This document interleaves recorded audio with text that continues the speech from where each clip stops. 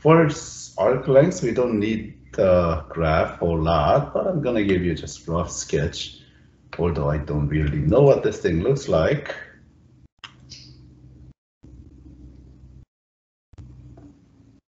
I think I can feel it. Let's try to feel this. So when as x approaches 0, this thing approaches negative infinity, ln, with a negative sign, so it approaches positive infinity, although this thing approaches 0, but 0 plus infinity is infinity, isn't it? So, and then as x approaches infinity, so it's going to be something like that. You know what I'm saying? Approximately. Okay, and when you substitute 1, this thing becomes 1, that's 0, so it starts at 1, 1. So this is a starting point, let's say 1, 1. Something like that. We don't really have to know exactly what it looks like, but all we care is this little thingy, right? So dx, dy, and ds, right? Okay, so let's review. ds squared is equal to dx squared plus dy squared. Therefore, we take a square root on both sides. So we have this. But, we would like to factor out dx. So this becomes 1 plus dy over dx. Quantity squared dx. Okay? So in order to use that formula, I need to start with this function y is equal, I'm gonna say dy over dx because y is up there already, so dy over dx, zoom in a little bit, dy over dx is 2x here, and is it minus 1/8 1 over x? Like that, eh? Say yes.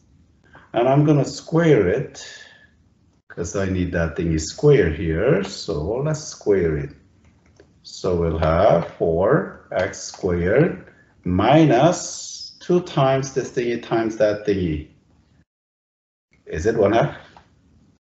Too much algebra? Nay. Okay. Plus 1 over 64 x squared, eh? Okay, so my ds now is square root of 1 plus that thingy. You get it? 1 plus this whole thingy. Well, for x, it just makes that thingy positive 1/2 now, doesn't it?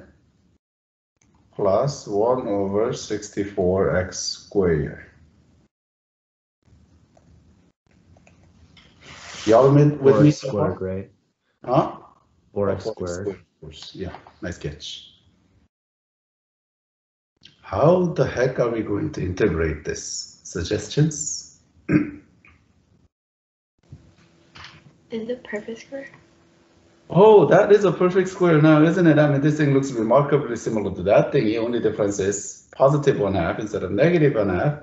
So this thingy will be 2x minus 1 over 8x, I mean plus, right?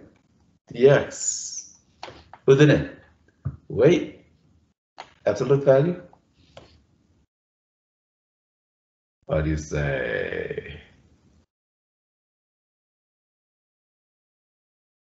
No, because we are starting at 1, 1. Okay? And then after that, it'll be positive. Think about it. This x squared after 1 is positive.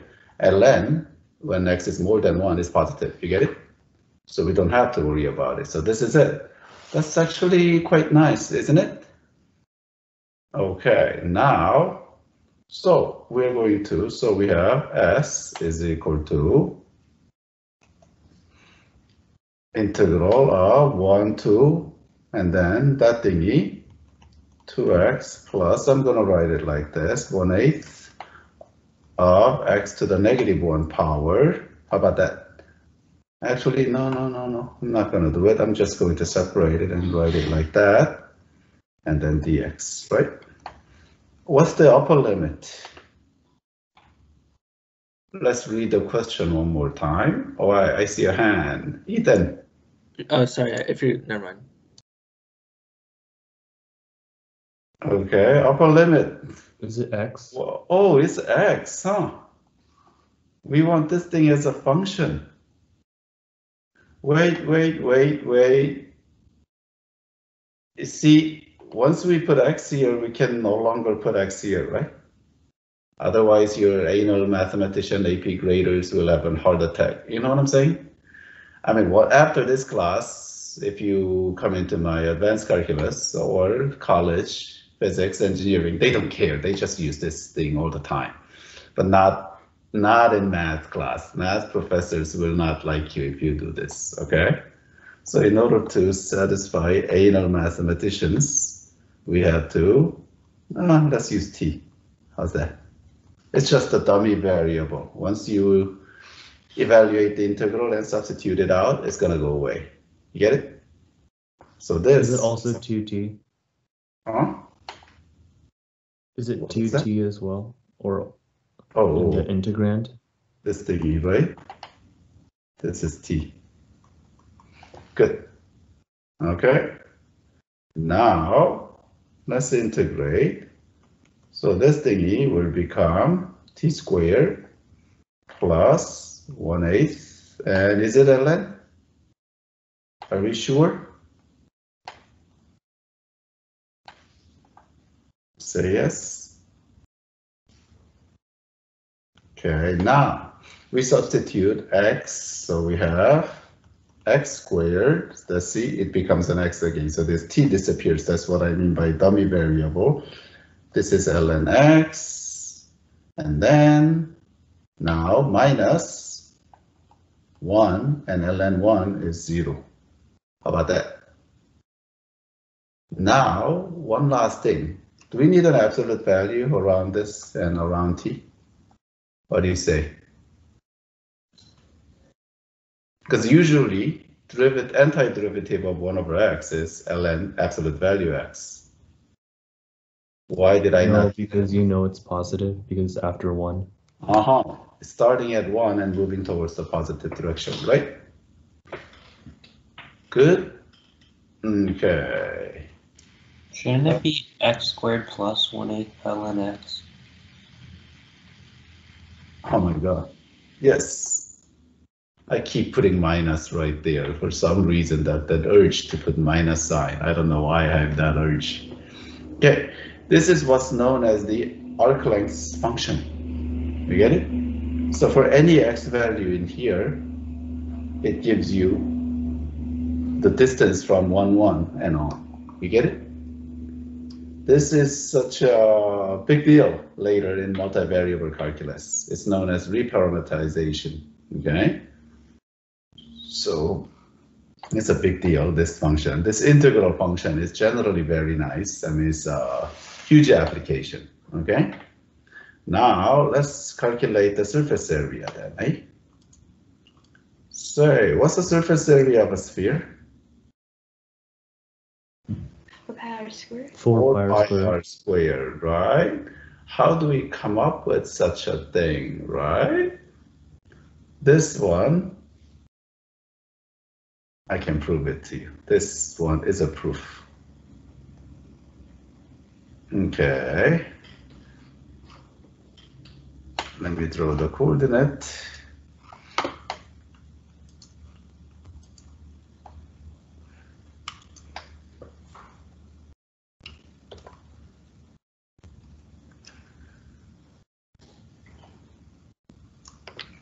About there, so this radius is r. So we have x squared plus y squared is equal to r squared here. Okay. Now, the way we are going to do this is, remember we take this tiny little strip and we call that ds, right? Our usual ds up here, that ds, okay? Now, we're going to just revolve this thing, rotate this thing about the x-axis. And then it's going to create this shape.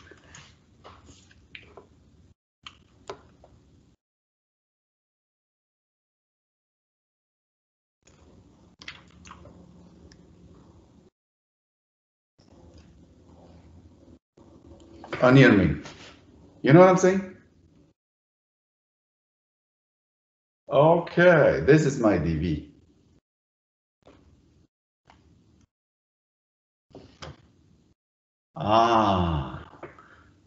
So how do I calculate this such a thing, right? Let's just think about this dV. This is an onion ring. Well, if it's an onion ring, I can cut it and spread it open and create this strip. You know what I'm saying? Of course, it's not exactly like that. It'll be slanted a little bit here, right? And this little curvy. But think this is infinitely thin. Right? So what we will have is this side becomes ds, and this thingy is 2 pi r, isn't it? But what's our radius here? Our rotational radius happens to be y now at the moment, isn't it? Our usual rotational radius. So 2 pi y. How about that? This is my dV. You get it? Okay, so let's do it. I need ds first, don't we? Okay, I'm gonna leave a space here. dA, this is dV. Did I say dV? This is dA. My dA here, space, is equal to 2 pi y. The area of this strip is times ds. Do you see that? That looks weird. So I need, that's why I said I need ds. You know what I'm saying?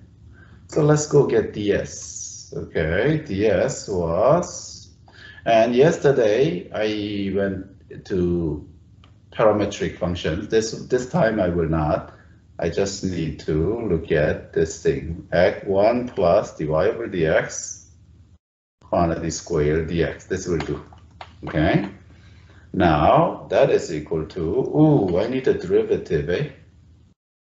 Let's calculate the derivative of this. Is implicit derivative okay? What was that? Let's review. Differentiate both sides with respect to x. You know what I'm saying? So we have this and then dy over dx. Do you guys still remember this thing? And this thing becomes 0. Right. Therefore, dy over dx happens to be negative x over y. Take that and substitute it into this. So we have square root of 1 plus x squared over y squared dx. Good. Say yes. Okay, now I like to simplify that a little bit, so I'm going to bring this thing down here. Okay, that's equal to, is the denominator just y? Once again, no absolute value because I'm taking this first quadrant thing, right? Right. Okay. Then, what's the numerator? Can somebody, well, let's just do it. So common denominator, so I have y squared plus x squared, eh? Somebody tell me what that numerator is. R. That's r, isn't it? Right? That's so great. This thing simplifies dramatically. Should we solve this thing for y, which means square root of r squared minus x squared, and plug it in now? No, you don't. No, you don't. You just keep that thingy and wait, somebody got, oh, somebody's showing up now. And you just substitute it right here to this ds. So what happens here is 2 pi y times r, r over y dx is even nicer. You know what I'm saying? So this becomes the nicest integral there is. Now we're ready to integrate. You see why I want you to work on the integrand first. All of this preparation is a big deal. Like I said, prime rib starts 48 hours ago before you put it into the oven, okay? So now your surface area is from 0 to R, and you double it, right? Because we only want to take this positive side, and then symmetry gives you the other side. And you put 2 pi R and dx. And of course, R is constant, right? So this thing gives you 4 pi, and we have 4 pi R, take R out as well, that's also constant. And then what we have is just x, 0 to R. And that of course gives you 4 pi R squared. Amazing, isn't it? How about that, huh? Right. I like to talk about a little bit of historical fact. Yesterday, did I say Archimedes found the circumference formula? I might have been wrong, but he definitely found the surface area. Actually, that's the one that I tried to read and then gave up on. Archimedes, there's a famous picture, and that picture is this.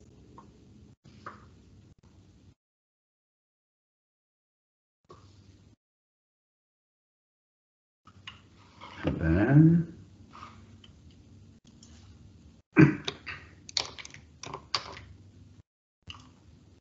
in case you're wondering what I'm doing, hold on a sec. This is a very famous picture.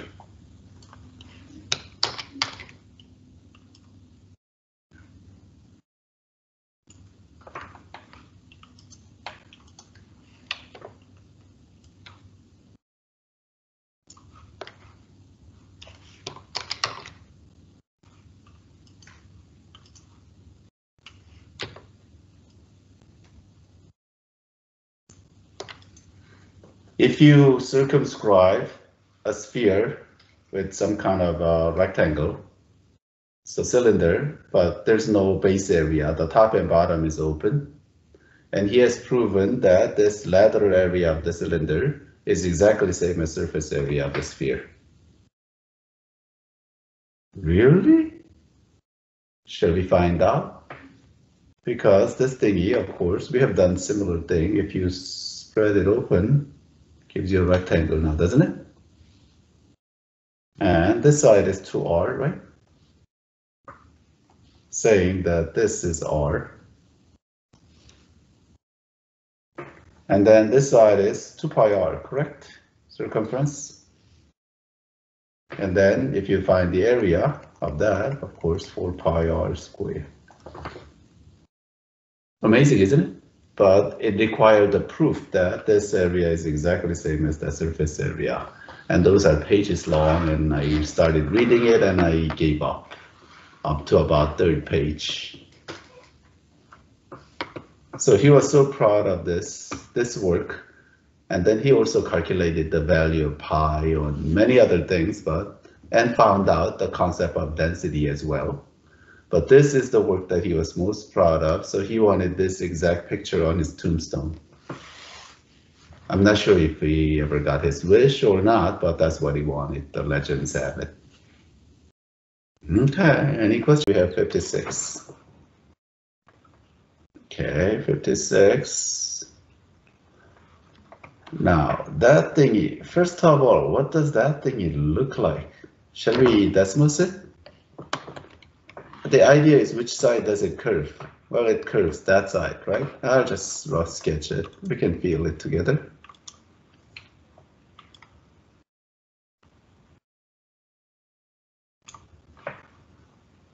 So if we have this function, when y is equal to 0, x is equal to 0, so it's going to start here. It's going to start here, and then it's going to go out like that.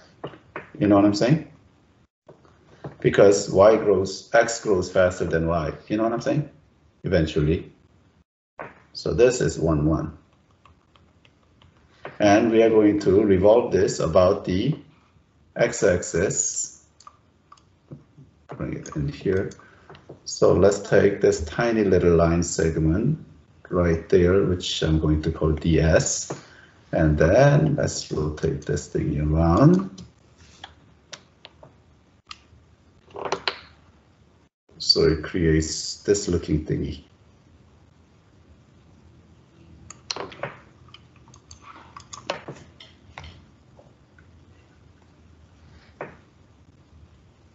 You know what I'm saying? Okay, so that's my dA. So in order to have dA, I need ds first. So let's go calculate ds. So I need dx dy first, and that is equal to y squared. Eh? So my ds, therefore, is equal to, I'm gonna go down, I'm gonna go down. So my ds is equal to, weird equal sign, square root of 1 plus that thing is square, right? So far, so good. And we are thinking, oh, wait, that thing is square, so it's to the fourth power. And you're thinking, how are we going to integrate that, right? Oh, well, we'll see. Maybe we get lucky. And then the A is, this is a rotational, oh, this one notice giving me so much trouble. This is X, right? So 2 pi X ds, eh? Say yes. So we have 2 pi and X, my X happens to be this, eh? So I'm gonna put y cubed over 3, and then my ds is this. Y'all with me? Say yes. Okay, now we are ready to integrate. There was a question? S is equal to, now I'm going to take all of the constants outside, so we have 2 pi over 3. Good. And then from 0 to 1, y varies from 0 to 1 as well. And then we have y cubed. And then I'm going to write this as 1 plus y to the 4th power to the 1/2 power dy. How about that? And do you realize this is a u substitution? This is u and there's your du. You get it? You want me to substitute u, or should we just do it in our, without the u substitution? Your choice. Who's the owner? Without the use of. With or without? Without. You don't need to write it. Without. Okay, so let's just do it. And then I'm going to demonstrate how to do it. Okay, first of all, leave some space, right? And I'm going to put parenthesis 1 plus y to the 4th power. And this, we add 1, so it becomes 3 over 2, right? Ah, this one note is really acting up. See? Therefore, we need 2/3. You know what I'm saying? And then, if I differentiate this, of course, this is going to cancel, right? And gives you 1/2, but this, I need the 4th power here. And then chain rule, that 4th power, right? I'm missing 4, so I need 1/4 here. You know what I'm saying? You see how we can do reverse chain rule without making use of? And then the whole thingy from 0 to 1. Okay, bunch of stuffs cancel out, right? So this gives the 4, 2, both of the 2s and 4 cancel out, so we have pi over 9. And then once you substitute 1, that's 2, right? 3 over 2 power, that's 2 root 2. Minus, if you plug in 0, How about that, huh?